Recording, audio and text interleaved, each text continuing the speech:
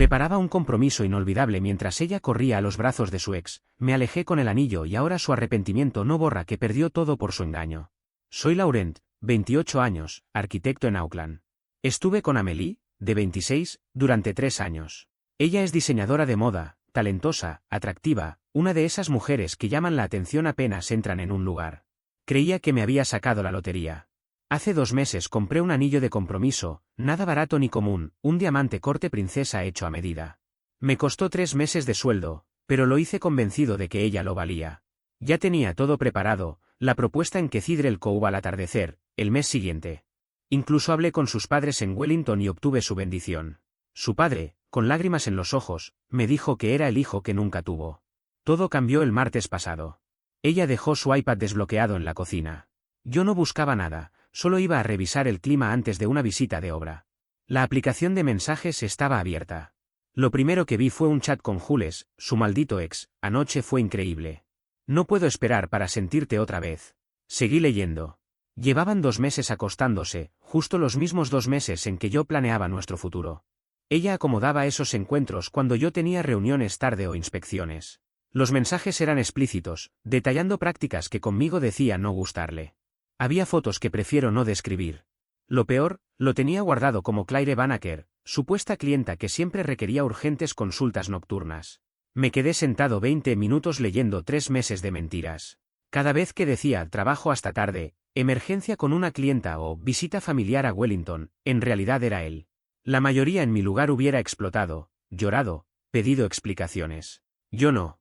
Hice capturas, me las envié al correo, marqué los mensajes como no leídos y dejé el iPad en el mismo sitio. Esa noche ella volvió y me besó como si nada. Yo respondí con naturalidad, hablamos del día, cenamos juntos, incluso tuvimos intimidad. Pero mientras tanto yo ya estaba planeando mi jugada. No soy de arrebatos. Soy arquitecto, construyo con método y puedo derribar de la misma manera. Tenía desde hace meses una oferta en Melbourne, puesto de arquitecto senior, 40% más de sueldo. No me había movido porque toda su vida estaba aquí, su taller, sus contactos en la moda, su familia. Eso se terminó. Revisé su calendario, al día siguiente tenía cita con su clienta, es decir, con Jules. Aprovecharía para desaparecer. Ya había mandado mis cosas esenciales a Melbourne bajo la excusa de libros viejos de universidad para almacenamiento. Compré un nuevo móvil con número australiano. Mi contrato de alquiler vence en 3 semanas y ya le avisé al casero que no renovaba. Que se quedara con la fianza. Separé mis cuentas, transferí las facturas, hasta redirigí el correo. El anillo, lo devolvería a primera hora. Ella volvería a un piso vacío, sin nota ni explicación. Mi número desconectado, mi correo eliminado, como si nunca hubiera existido. Su iPad seguiría abierto en mis cuentas de Netflix y Spotify, y yo la observaría intentar reconstruir lo ocurrido desde Melbourne. Bloqueada en todas mis nuevas redes sociales, sin pistas. Algunos dirán que es cobarde. Yo lo llamo eficiencia. ¿Por qué gastar energía en alguien que desperdició mi tiempo? Ella quiere a Jules, que se quede con él, pero tendrá que hacerlo preguntándose qué demonios pasó. Llamando a un número muerto, llegando a mi oficina y descubriendo que renuncié, escuchando a sus amigas preguntar dónde estoy y admitiendo que no tiene idea. Lo mejor es que empiezo el nuevo trabajo en una semana, con oficina de esquina y vista al río Yarra. Allí está Elise, una diseñadora de interiores con la que ya he estado hablando. Se ofreció a enseñarme la ciudad. Es joven, ambiciosa y aprecia lo que hago. Amélie piensa que me utilizó, mañana descubrirá quién fue realmente utilizado. Actualización. El apoyo de muchos fue abrumador. Y para quienes me llamaron insensible, no pedí su opinión. Les cuento desde mi nuevo apartamento en Southbank, ventanas de piso a techo, vista de la ciudad, el doble de espacio de lo que teníamos. Es increíble cuánto dinero sobra cuando no estás financiando la vida de otra persona. Todo salió perfecto. Mientras Amélie se acostaba con Jules, yo borraba cada rastro de mi vida en Auckland. Dejé todo lo que habíamos comprado juntos, incluso la cafetera. Ahora podrá prepararle el café a él. El viaje hasta Melbourne fue terapéutico. Apagué mi viejo móvil en Hamilton, y para cuando llegué, Laurent de Auckland ya no existía. Los primeros días fueron tranquilos, instalarme, empezar el nuevo trabajo, conocer al equipo. Elise cumplió lo prometido y me mostró los mejores lugares de la ciudad. Ya tengo mi café favorito, mucho mejor que cualquiera de allá. ¿Y Amélie? Según me contó un amigo en común, Olivier, que está de mi lado, la encontré completamente perdida. El martes que regresó a casa descubrió el piso vacío. Primero pensó que nos habían robado, llamó a la policía, pero ellos le dijeron que era extraño que solo faltaran mis pertenencias. Intentó llamarme, número desconectado. Me escribió, correos devueltos. Fue a mi oficina, le dijeron que había renunciado de inmediato. Ahí fue cuando el pánico la invadió. Llamó a todos. Pero ya mis padres lo sabían desde antes y, tras enterarse de la traición, le dieron la espalda por completo. Desde el primer momento tuve claro que si quería desaparecer de su vida tenía que hacerlo con inteligencia. Por eso, antes de cortar todo contacto con Amélie, organicé cada paso para que nadie pudiera señalarme de irresponsable. Mi hermana y mis mejores amigos estaban al tanto, incluso Sidney me ayudó a bloquearla en redes y en el teléfono. Todos entendían que el silencio era parte esencial del plan, así que ni aunque ella rogara iban a traicionarme. Lo mejor de todo fue que Amélie no pudo recurrir a la policía para fingir que yo había desaparecido en contra de mi voluntad. Había hecho las cosas correctamente, entregué mi renuncia formal en la oficina, liquidé mis cuentas y dejé constancia de que me marchaba voluntariamente. Cuando intentó presentar un reporte, la respuesta fue devastadora para ella: señora, no es ilegal que su pareja decida cortar contacto. Gostear no es un crimen. El jueves comenzaron a notarse las primeras grietas en su fachada. Olivier, mi amigo de confianza, me mandó capturas de las historias que ella publicaba en Instagram. Eran selfies llorando, con ojos hinchados y mensajes desesperados. ¿Alguien ha visto a Lauren? Por favor, vuelve a casa. Podemos arreglarlo. Ver esas publicaciones me producía una mezcla extraña. Por un lado, rabia contenida porque fingía inocencia, por otro, satisfacción al ver que el guión empezaba a volverse en su contra. ¿Arreglar qué? Yo ya no estaba dispuesto a darle la oportunidad de explicarse, ni mucho menos de manipularme con falsas lágrimas. El viernes decidió dar un paso más. Condujo hasta la casa de mis padres en Hamilton. Fue mi padre quien atendió la puerta. Con su voz firme y sin darle espacio para un espectáculo, le dijo: está en otro lugar, rehaciendo su vida después de lo que hiciste. Luego cerró la puerta delante de ella. Ella, incapaz de aceptar el rechazo, se quedó estacionada frente a la entrada de la casa durante 2 horas, como si el llanto y la obstinación fueran a cambiar algo. Finalmente, mi madre salió y le advirtió que si no se iba, llamaría a la policía. Esa fue la primera vez que entendí hasta qué punto podía llegar su desesperación. Mientras tanto, yo ya estaba en Melbourne, disfrutando de la vida que ella siempre creyó que tenía asegurada a mi lado. El nuevo trabajo fue una bocanada de aire fresco. Por fin estaba en un lugar donde mi talento era reconocido.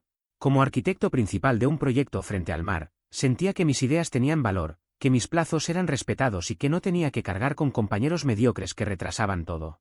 Era un contraste brutal con la rutina anterior, donde Amélie nunca entendió mis desvelos ni el esfuerzo que implicaba levantar una carrera desde cero. Y en medio de ese renacer apareció Elise. Hablar de ella es como describir la diferencia entre lo auténtico y lo falso. Todo lo que Amélie fingía ser, independiente, ambiciosa, sofisticada, Elise lo era de verdad. Dirigía su propia consultoría de diseño de interiores, tenía un apartamento moderno en Docklands y conducía un Mercedes que había comprado con su esfuerzo, no con la tarjeta de crédito de su padre. Esa autenticidad me deslumbró desde el inicio. El viernes salimos a tomar algo, y la noche terminó en su casa. No entraré en detalles gráficos, pero sí diré que disfruté de cosas que Amélie siempre calificó de humillantes o de mal gusto. Con Elise, la intimidad era natural, apasionada y sin tabúes. A la mañana siguiente, me desperté con ella preparando el desayuno, usando solo mi camisa. Fue una imagen tan sencilla y poderosa que me confirmó que estaba en el lugar correcto. Mientras yo avanzaba, Amélie se hundía más. Consiguió mi correo del trabajo y me envió 17 mensajes en menos de un día. Algunos eran súplicas dulces: por favor, hablemos, podemos arreglarlo. Otros eran quejas ridículas: estás siendo infantil, contéstame o llamaré a la policía. Yo simplemente los marqué como spam. Olivier me avisó que el domingo en la noche ella terminó por explotar y escribió en Facebook que estaba preocupada porque su pareja había desaparecido. Los comentarios fueron de todo tipo, algunos amigos de verdad se mostraban angustiados, pero muchos otros, los que conocían la verdad, dejaron respuestas sarcásticas. Incluso alguien, claramente usando una cuenta falsa, comentó: tal vez deberías preguntar a Jules. Ella borró la publicación en menos de 1 hora. Su conducta se volvió un patrón predecible. Pasaba de la confusión a la ira, luego a la súplica y finalmente al pánico. Lo curioso era que nunca se atrevía a confesar lo que había hecho. Claro, porque decir mi novio me dejó al descubrir que lo engañaba con mi ex la convertía en la villana de la historia. En cambio, prefería pintarse como la víctima de un abandono misterioso. Sus intentos se volvieron obsesivos. Creó cuentas nuevas en Instagram solo para seguirme, usó teléfonos de conocidos para llamarme e incluso me envió mensajes por LinkedIn alegando que estaba preocupada por mi salud mental. La ironía me hizo reír. ¿Preocupada por mí? Yo acababa de ser ascendido, cerraba contratos millonarios y despertaba al lado de una mujer que valoraba mi éxito. Mi salud mental estaba mejor que nunca. La mejor parte llegó después. Un amigo me contó que Jules, ese mismo hombre por el que ella arruinó 3 años de relación, la había dejado casi al mismo tiempo que yo desaparecí. Al parecer, cuando ella se quedó sola y desesperada, él perdió el interés y volvió con su ex en Christchurch. Así que Amelie terminó perdiéndolo todo por alguien que solo la usaba como pasatiempo. Una semana más tarde, Elise y yo viajamos a Kenston. Nos hospedamos en el mismo hotel privado que Amelie había guardado como favorito para lo que se suponía sería nuestro viaje de compromiso. Publiqué cada detalle en Instagram. Mi cuenta es privada, pero el mundo de la moda en Auckland es pequeño y sabía que de alguna manera le llegaría. ¿Culpa? Ninguna. No fui yo quien rompió la confianza, no fui yo quien mintió. Simplemente me negué a ser el plan B de nadie. Ella tomó su decisión, y ahora debía vivir con sus consecuencias. Un mes más tarde, el viaje a Kenston seguía siendo perfecto en mis recuerdos. Pero lo realmente memorable fue lo que ocurrió antes. Resulta que, gracias a un excompañero incompetente que alguna vez entrené, Amelie consiguió mi nuevo número. Esa misma noche, a las 3 de la madrugada, mi teléfono comenzó a estallar con llamadas y mensajes. Al principio eran súplicas: Laurent, por favor, dime que estás bien. Luego vinieron los reclamos: eres un cobarde, ¿qué clase de hombre desaparece así? Y finalmente, las promesas desesperadas, que se mudaría a Melbourne, que iríamos a terapia, que haría lo que fuera necesario. En total dejó 47 mensajes de voz. Los guardé todos como prueba, en caso de necesitar una orden de alejamiento. Los mensajes de texto eran casi novelas. Páginas enteras reviviendo nuestra historia, fotos antiguas, recuerdos de viajes, capturas de conversaciones viejas en las que trataba de encontrar un error que nunca existió. Lo sorprendente era su falta de autocrítica, jamás mencionó a Jules, jamás aceptó su traición. Todo giraba en torno a su papel de víctima. Yo no respondía nada, solo capturas de pantalla y bloqueo inmediato. El último intento fue el más patético. El jueves antes del viaje a Kenston, mientras estaba en una reunión con clientes, me llamaron de recepción, había una entrega que requería mi firma. Bajé pensando que era un paquete. Era ella. La encontré irreconocible, había bajado de peso. Ya no lucía las prendas de diseñador que tanto ostentaba, llevaba un suéter arrugado y un rostro sin maquillaje que dejaba ver noches enteras sin dormir. Intentó abalanzarse hacia mí, diciendo mi nombre con desesperación. Seguridad la detuvo de inmediato. Por favor, solo 5 minutos. Volé hasta aquí, necesito entender, rogaba. Mi respuesta fue fría y cortante, con el mismo tono que uso cuando debo despedir a alguien por incompetente: tienes que irte. Cuando ella intentó acercarse y me rogó con un bebé: por favor, lo que sea que haya pasado podemos resolverlo, yo ya no tenía ni una gota de paciencia. Me giré hacia seguridad y ordené con calma: por favor, acompáñenla a la salida. Si intenta volver, llamen a la policía. La expresión en su rostro cuando le di la espalda fue sencillamente inigualable, un retrato de incredulidad y derrota. Trató de seguirme hasta el ascensor, gritando desesperada: no puedes desechar 3 años así, sé un maldito hombre, enfréntame. Yo solo respondí en voz firme, sin alzar el tono: soy un hombre que se respeta demasiado a sí mismo como para rebajarse a discutir con basura. Los guardias la retiraron y, aún así, pasó 3 horas sentada afuera del edificio hasta que finalmente la policía la obligó a marcharse. Las cámaras registraron todo, y me aseguré de guardar el material. Esa misma noche comenzaron a llegar mensajes de números desconocidos: su hermana, sus amigas, incluso su madre. Todos con variaciones del mismo discurso: ¿cómo pudiste hacerle esto? Está destrozada, preocupada, dice que no eres así. A todos los bloqueé sin dudar. El viernes recogí a Elise para ir al aeropuerto. Le conté lo ocurrido con Amelie apareciendo en mi trabajo. Su reacción fue corta y clara: ¿quieres que me encargue? Esa es una mujer real. Sin dramas, sin inseguridades, solo dispuesta a proteger lo suyo. Volamos a Kenston y nos alojamos en la suite que, irónicamente, Amelie había soñado visitar alguna vez.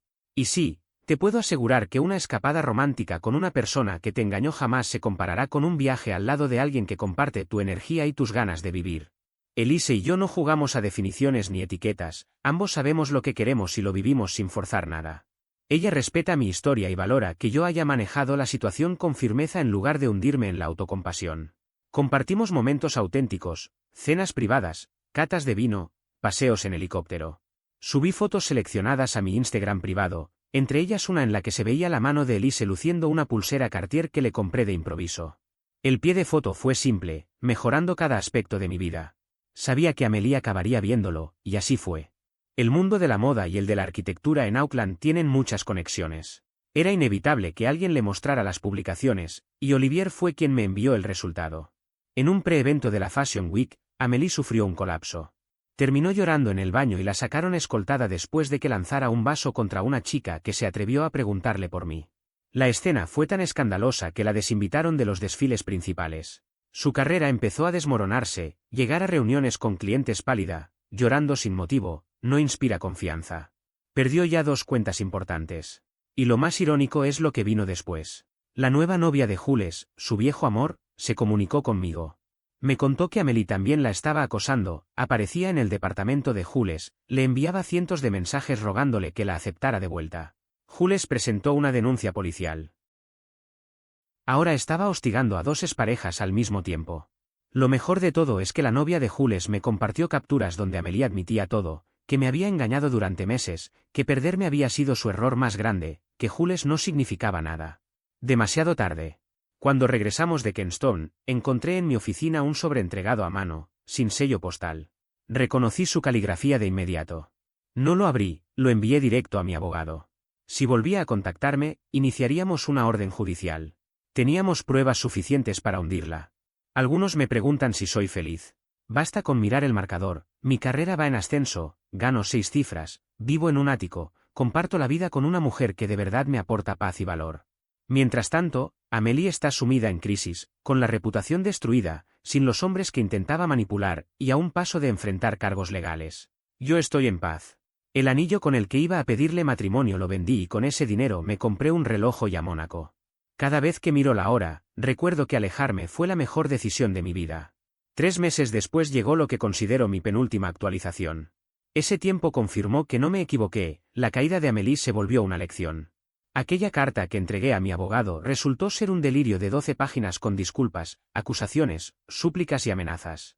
Entre todo el caos, enterrado en la página 10, confesaba haber engañado a Jules y a mí, justificándose con que estaba confundida con el compromiso.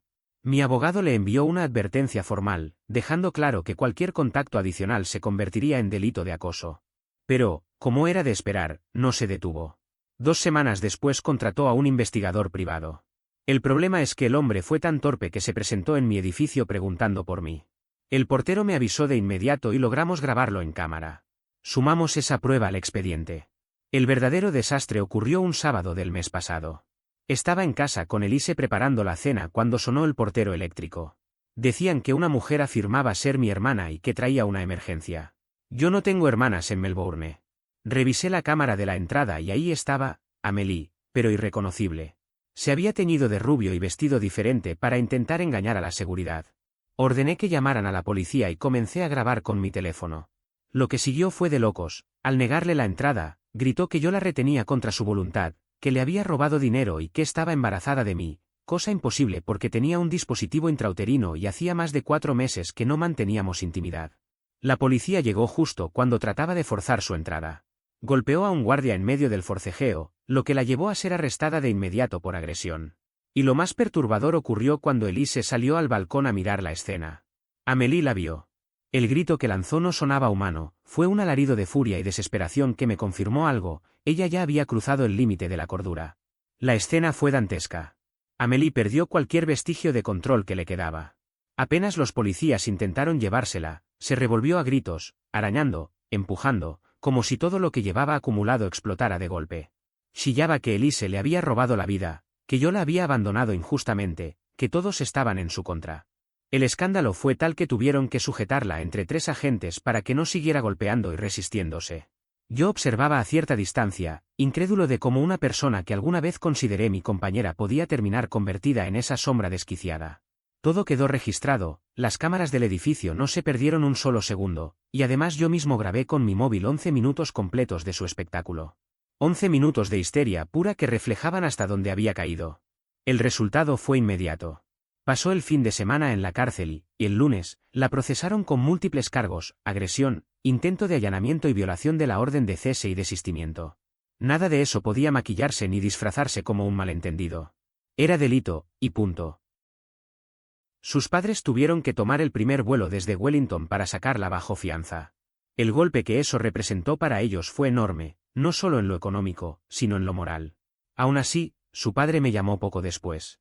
Pensé ingenuamente que sería para disculparse por lo ocurrido, pero fue todo lo contrario. Me culpó, asegurando que yo había provocado esa reacción en su hija, que mi abandono la había arrastrado a esa locura. No discutí ni me molesté en explicarle nada. Simplemente le envié las capturas de pantalla, decenas de conversaciones en las que Amélie detallaba con lujo de palabras lo que hacía con Jules mientras yo trabajaba tarde para pagar las cuentas y sostener nuestro futuro.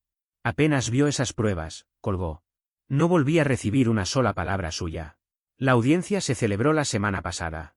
Ella, consciente de que no tenía escapatoria, se declaró culpable para evitar un castigo mayor. La sentencia fue clara: 6 meses de orden de alejamiento hacia mí, terapia obligatoria y un antecedente penal que quedará para siempre en su historial. Una mancha imposible de ocultar en un mundo como el de la moda, donde la reputación lo es todo. Durante la audiencia, la fiscal leyó en voz alta sus correos electrónicos, en los que admitía abiertamente la aventura con Jules. Su abogado intentó cambiar la narrativa, pintándola como una mujer desesperada por un supuesto abandono. Pero la jueza no cayó en esa farsa. Calificó sus actos como acoso en escalada, una conducta que demostraba total desprecio por los límites que yo había puesto. Quedó asentado en el expediente: la víctima era yo. El desenlace social fue inmediato. La comunidad de la moda en Auckland se enteró de todo: la infidelidad, el arresto, los intentos de hostigamiento y la violencia. En ese medio, los rumores vuelan, y cuando se apoyan en hechos públicos, se convierten en sentencia definitiva. En cuestión de semanas perdió su estudio, los pocos clientes que le quedaban la abandonaron y terminó regresando a vivir con sus padres en Hamilton.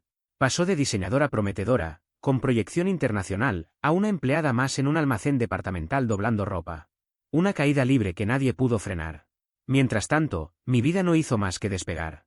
Cerré el proyecto más importante de mi carrera, un desarrollo frente al mar valuado en $50 millones, con control creativo absoluto y mi nombre asegurado en la fachada. Una obra que dejará huella mucho más duradera que cualquier cosa que Amélie y yo compartimos. Con Elise, mi relación avanzaba con calma y solidez. No nos apresuramos a etiquetas, pero ya tiene su propio espacio en mi hogar.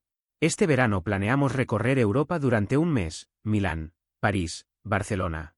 Ella ansía absorber la arquitectura y las corrientes de diseño de cada ciudad, mientras que yo disfruto de la ironía de fotografiarme en cada lugar que Amélie soñaba visitar y nunca alcanzó. Y Jules tampoco salió ileso. Su novia me contactó el mes pasado para contarme lo que descubrió: incluso después de mi ruptura, él se había visto una vez más con Amélie. Al enterarse, lo dejó de inmediato. Ahora él está solo, y ella, con su historial de escándalos, es tóxica para cualquier hombre sensato. Ambos quedaron aislados, y eso, para mí, fue una justicia poética de manual. Algunos me preguntan si lamento haber sido tan implacable, si me pesa ver su vida desmoronarse. La respuesta es no. Amélie tenía todo: un hombre dispuesto a casarse, a entregarle su vida entera. Y aún así eligió la mentira, la traición y el caos. Cada consecuencia que hoy enfrenta la creó ella misma. Yo no la obligué a engañar, a manipular, a acosar ni a agredir. Solo decidí no ser la red que amortiguara su caída cuando el circo que montó se redujo a cenizas. Mi consejo a cualquiera que atraviese algo parecido: no discutan, no rueguen, no intenten rescatar lo irrecuperable. Salgan de allí. Vivan bien. Permitan que sean ellos quienes se hundan en el pozo que cavaron. El éxito es la mejor venganza, y yo soy la prueba viviente de eso. Pasaron 6 meses, y aquí está el cierre definitivo de esta historia. No pensaba escribir más, pero lo ocurrido hace poco merece quedar documentado. El proyecto del malecón ya está en marcha, con mi nombre en una placa que durará más que cualquier relación pasada. Elise y yo seguimos adelante, construyendo algo genuino. Mientras tanto, Amélie seguía en Hamilton, trabajando en retail, aparentemente progresando en terapia y aprendiendo a aceptar sus errores. O al menos eso se decía. El mes pasado recibí un correo de mi abogado. La terapeuta de Amélie, con su consentimiento, me pedía participar en una sesión de cierre. Ella quería leerme una carta, sin contacto directo. Mi abogado me recomendó rechazarlo. Elise lo consideró un engaño.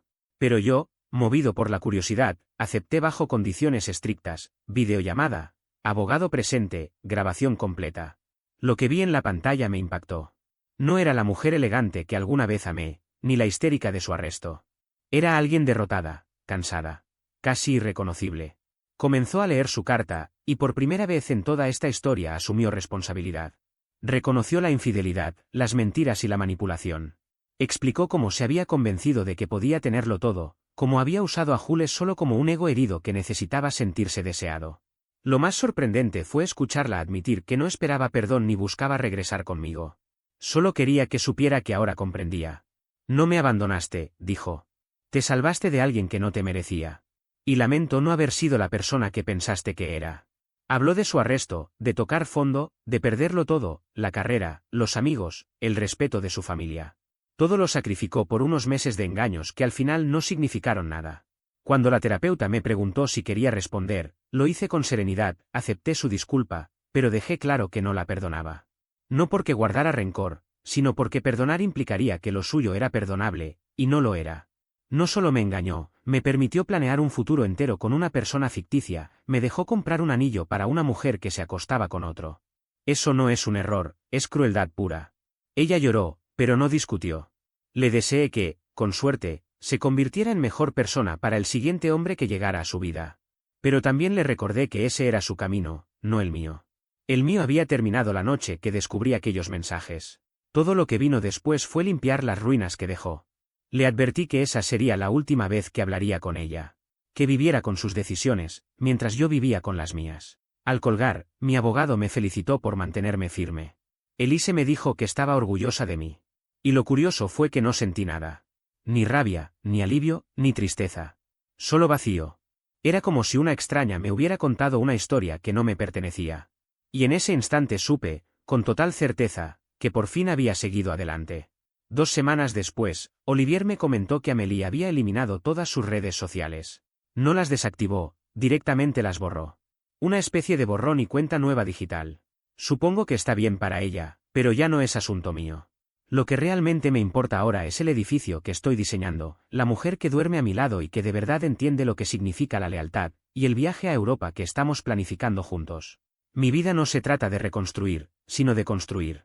No es una reacción a lo que perdí, es lo que siempre debí tener. Alguien me preguntó en mis mensajes privados si todo lo que viví me hizo cínico respecto al amor. La respuesta es no. Lo que cambió fue mi manera de ver el carácter de las personas. El amor no se define en palabras bonitas, en promesas ni siquiera en sentimientos pasajeros. El amor es elegir, todos los días, con coherencia. Amélie eligió a Jules, yo elegí respetarme a mí mismo, y Elise eligió la transparencia. Sobre el anillo de compromiso que había comprado, es una historia curiosa. El joyero se acordaba de mí cuando fui a devolverlo hace un mes. Después me contactó porque tenía un cliente interesado en ese mismo diseño y me ofreció recomprarlo al precio completo para revenderlo. No acepté.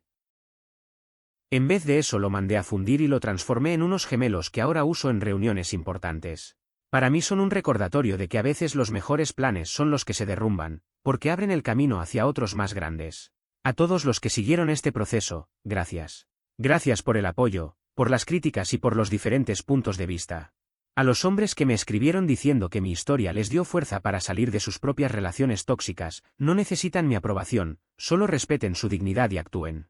A quienes me llaman insensible, prefiero ser frío antes que ser débil. Y a quienes estén leyendo esto mientras atraviesan algo parecido, al descubrir mensajes, fotos o mentiras, no intenten negociar con quienes los traicionan, aunque los amen, especialmente si los aman. Porque alguien que de verdad te corresponde nunca te pondría en esa situación. Den la media vuelta, aléjense y construyan algo mejor. Dejen que los demás se ahoguen en su propio caos mientras ustedes avanzan hacia su éxito. Con eso cerré aquel capítulo. Para mí estaba terminado. Pero mi historia apenas comenzaba, y lo sabía, sería legendaria. Actualización. Yo había prometido no volver a dar actualizaciones, pero la vida tiene maneras curiosas de ofrecer finales perfectos. La semana pasada volví a Auckland por trabajo. Era mi primera vez allí desde que me fui. Tenía que presentar un proyecto conjunto entre Nueva Zelanda y Australia. Mi firma se asoció con una empresa local, y caminar otra vez por esas calles fue una experiencia extraña. Todo estaba igual, pero yo ya no era el mismo Laurent que partió. Era una versión mejorada. La presentación salió impecable. Cerramos un contrato cuyo valor superaba mis ingresos de 5 años. Lo celebramos en un bar en la azotea del viaducto. Y ahí sucedió lo inesperado, vi a Amélie trabajando como mesera. Nuestros ojos se cruzaron, se quedó paralizada y casi se le cayó la bandeja. Yo podría haber hecho la situación incómoda, Pero simplemente asentí y volví a mi conversación. Ella nos atendió con total profesionalismo, sin escándalos ni escenas, solo cumpliendo con su trabajo. Cuando trajo la cuenta, había una nota escrita a mano: felicidades por todo. ¿Te ves feliz? Dejé una propina de $500. No fue para presumir ni para humillarla, sino porque podía hacerlo, porque el verdadero éxito también es ser generoso, incluso con quienes te lastimaron. Mientras salíamos, ella limpiaba otra mesa, nuestras miradas se encontraron de nuevo y me susurró un gracias con los labios. Yo asentí y me fui. Esa misma noche, Olivier me escribió. Amélie le había contado que me había visto y que yo parecía intocable, como alguien de un mundo diferente. Y es cierto. El joven que planeaba arrodillarse con un anillo en Cathedral Cove murió hace 2 años. En su lugar surgió un hombre que conoce su valor, que levanta rascacielos en lugar de castillos de arena, que escoge compañeras de vida y no proyectos temporales. Hoy, Elise y yo estamos comprometidos. De hecho, fue ella quien me propuso matrimonio, dijo que no iba a esperar tradiciones cuando sabía lo que quería. Ese es el tipo de mujer con la que se construyen imperios. Nos casaremos el próximo año en una ceremonia íntima en Santorini, con familia y amigos verdaderos, los que estuvieron en las caídas y en las victorias. De Amélie, solo espero que esté aprendiendo y creciendo, convirtiéndose en alguien que valga el tiempo de otra persona. Todos merecen redención si trabajan por ella, pero ya no con mi tiempo. Esa cuenta está cerrada. Para quienes aseguraban que me arrepentiría de ser frío y calculador, hoy la vida les da la respuesta: no hay arrepentimiento alguno. Estoy levantando proyectos que llevarán mi nombre mucho más allá de mi tiempo, vivo en un hogar que refleja cada sacrificio que hice y comparto mis días con una mujer que no teme construir a mi lado. Lo único que me pesa es haber permitido que alguien sin principios me robara tanto tiempo. Pero aprendí. Aprendí que no se trata de mirar atrás ni de comprobar si aquellos que te traicionaron siguen observando. Se trata de avanzar sin dar explicaciones, de ocupar tu energía en lo que realmente merece la pena. Esa historia quedó cerrada para siempre. No es que haya terminado, simplemente dejó de ser relevante. Lo que importa ahora es lo que estoy edificando, los cimientos sólidos que nadie podrá derribar. Y si alguna vez dudé de mi valor, hoy sé con absoluta certeza que elegí el camino correcto. No necesito que me aplaudan, ni que me reconozcan. Mi victoria no está en demostrar nada a los demás, sino en disfrutar cada día de la vida que construí. Y esa, créeme, es la mejor venganza de todas.